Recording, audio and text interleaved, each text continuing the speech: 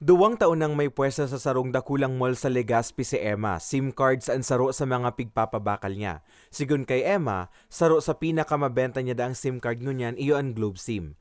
Alagad maski na nga ni dakuldaan para bakal niya mantinido man giraray sa 60 pesos an enterong binibenta niyang SIM cards. Habo niya man kaya da aprobitsaran ang sa iyang mga parabakal na nasisibot huli sa deadline kan SIM card registration. Day man nagmahal, yung manggila yon. Kamusta po sa mga nagpatabang sa inyo na magpalis? Itabangan mo? Oo, tigtatabangan ko. Tanga ni makaregistered man po sinda.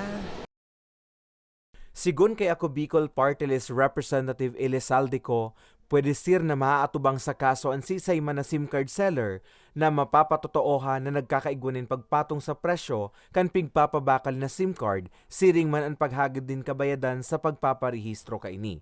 Sa sarong pahayag, sinabi ni Ko na baku ini matanos na gibo asin malinaw na sarong pangingikil o ekstorsyon.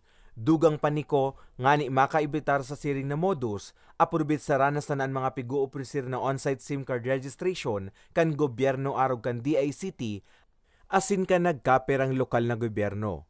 Importante manda na maging rigmat sa siring na modus nga ni dai mabiktima.